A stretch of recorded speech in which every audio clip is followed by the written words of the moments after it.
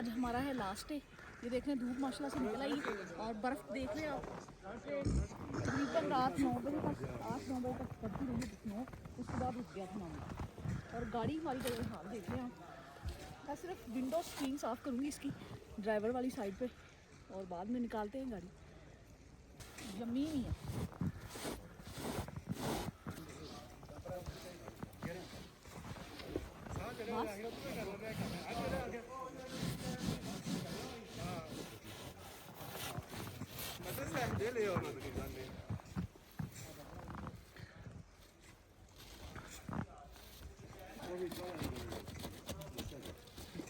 वाह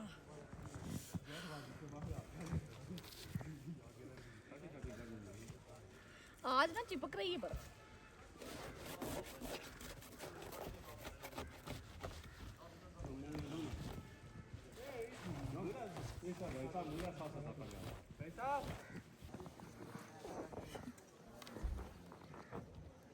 नहीं धूप की वजह से पिघली हुई है इधर से।